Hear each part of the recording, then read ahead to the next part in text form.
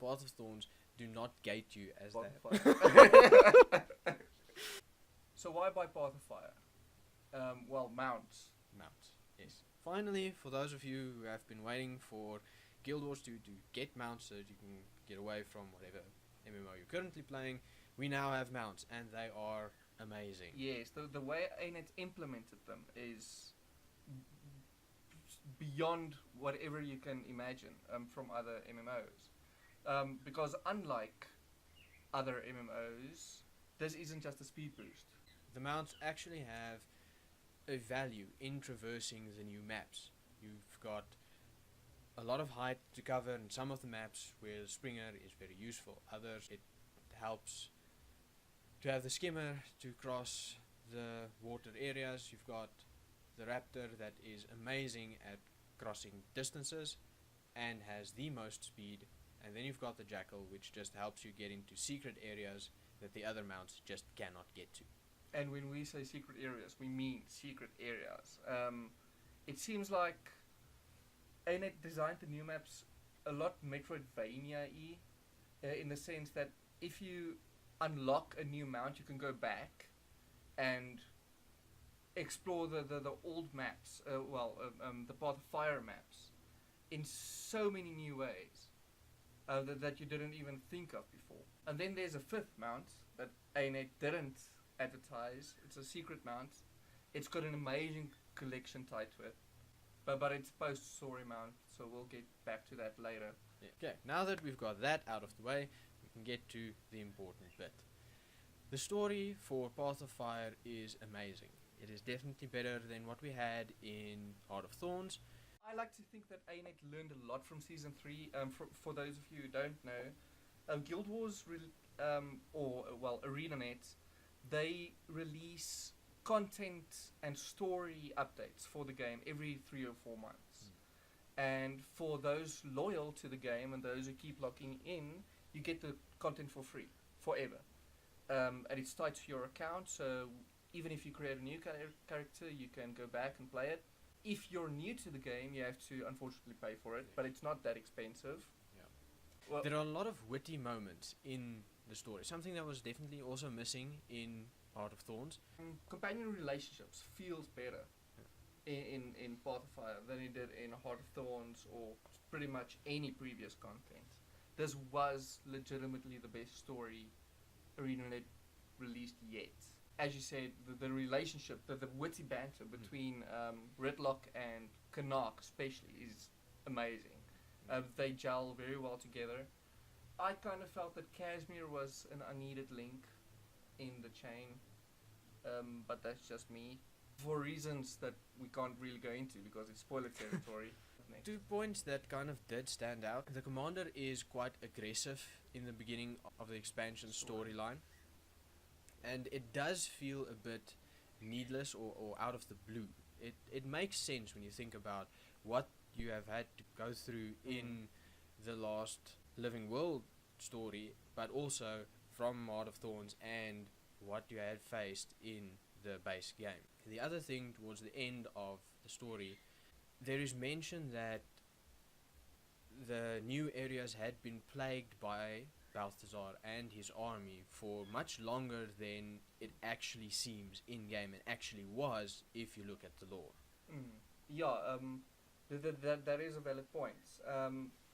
It feels like Balthazar just kind of came out of nowhere and decided to go on one of the Elder Dragons down. But canonically, and in the open world lore, they want you to think that it's been months that Balthazar has been plaguing the denizens of Ilona, which is kind of a disparity if you think about it, but what can you do? The boss fight at the end is definitely one of the better ones that they have done. Yeah. You don't just mash one button, you actually do have to fight this boss. You have to fight Balthazar. And even doing it as 2 players or more, it doesn't feel like the one player is just there doing nothing. It does actually engage everyone, and it is like I said, it's one of the better boss fights, actually one of the best ones that I can think of Yes. now. Well, throughout the entire story, the boss fight's been great. The first time you encounter Balthazar, you get a big lore drop, and then down the line you encounter him 2 or 3 more times. But the very last time, and especially in the mini bosses before that, ArenaNet actually implemented a system that lets you and your party work together. Like, for instance, sometime throughout the story, you get transported into this world, and what happens is the second player in the party, which was me at the time, I wasn't just another player. I actually was an accompanying spirit that joined the party leader, which is Ian in this case. And I actually had my own set of skills, my own health bar, and everything. I even had my own look. The other members, or ex-members, of Dragon's Watch are not left out of the story completely. Timey is still talking to you in your ear on occasion, with this being such a distance from where the Dragon Lab is. There are specific locations where you have to go and speak to her. Bram is also not left out in the story. He is mentioned a couple of times that he's still on his hunt for Jormak. I feel that ANET implemented the companions that isn't with you immediately in Pathfire very well. In terms of, they didn't try to just ham-fist them in there. They had their own place in the story. You still thought about them. They were still a part of the commander's thinking. They just weren't part of the immediate thing at hand. And that's the way they did it was great. The storytelling in this one was amazing. Moving on to the specializations. Yes. The new specs are really well done. Yeah. It does look like ArenaNet has put some serious time and effort into the new specs, and a lot of them are very useful. A lot of them are also tied much more to the lore this time around. That was the biggest complaint with Heart of Thorns, is that the elite specs were just there. They just came out of the blue, that the random collections tied to them. This time around, the collections are actually based around Path of Fire. It's based around the lands of Ilona, and it's based around doing stuff within the lands, such as fighting bounties, which is another topic we'll get back to now, such as collecting weapons. There's one thing though, in Heart of Thorns you had a lot of RNG, that's random generated stuff tied to the elite specs. In Path of Fire it's literally only just one item, and that's a good thing and a bad thing, I think, for various reasons I wouldn't get into now, but mostly it can take a while. That's the biggest takeaway from it. It can take a while, but it's worth it. It feels like you're actually doing something for the elite spec. And it's worth mentioning as well about the Revenants. In Heart of Thorns, it was advertised that you'd get the Revenant, and obviously it's elite spec. Now, whichever expansion you buy, you'll get the Revenants, and it's elite. Speaking of collections, and going back to the 5th mount that we mentioned earlier, to get the 5th mount, there is a collection for each of the new maps. This does force you to navigate through the maps and explore them, finding these objects that you need for this mount. We won't mention what mount it is. It's not a very big secret, but just to stay on the safe side. In terms of the collection, it's an amazing collection. It's lore based. It does get a bit expensive. This is one of the more expensive collections out there, but unlocking this mount will open up your world, literally. I like to think that it kind of does away with the Heart of Thorns gliding almost completely. So that's something else you should keep in mind if you're gonna buy Heart of Thorns as well, or if you're coming from Heart of Thorns. But that's beside the point. If you're gonna put all that money into it and go through 5 maps collecting stuff, it's worth it, I'd say. And it would only really nullify the gliding on the new maps. Heart of Thorns is still gonna require a lot of gliding. Yeah, you still need a hell of a lot of gliding in Heart of Thorns. The maps are very well put together as well. They are huge, so the mounts do come into play a lot in the new maps. Adventures are also back, but they are not as prominent, or there are not as many of them as in Heart of Thorns. Most maps only have one, and they are map-wide adventures. The bounties are an amazing addition to the PvE aspect of the game. Bounties is a huge thing in Path of Fire. And it's a great way for PvE players to be able to make some extra gold while playing the game. A lot of the bounty targets also have a new-ish mechanic.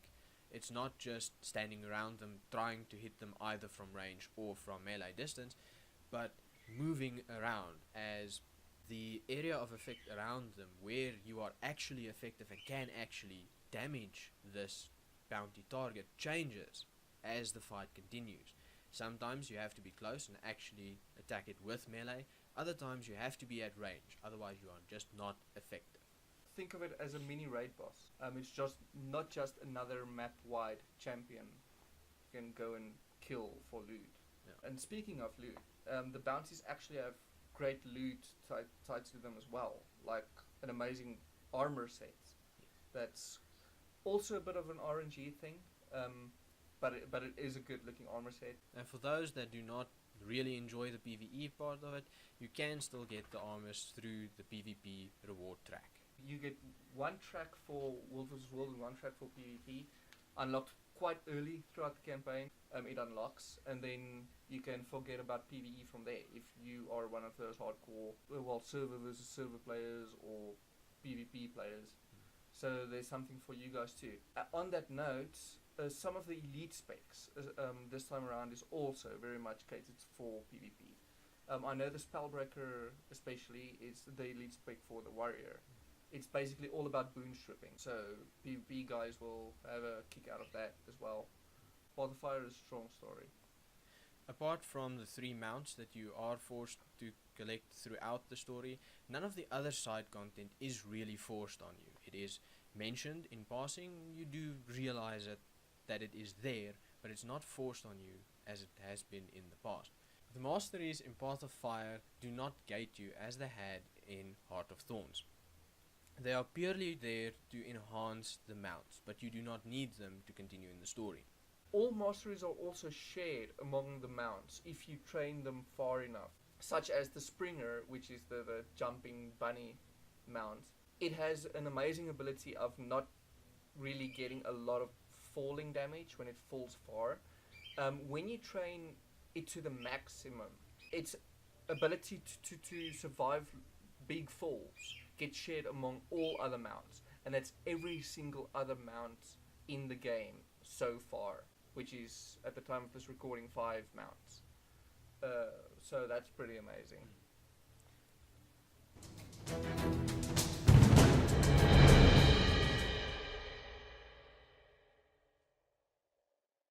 This is going on the freaking blooper wheel. Yeah, pretty much.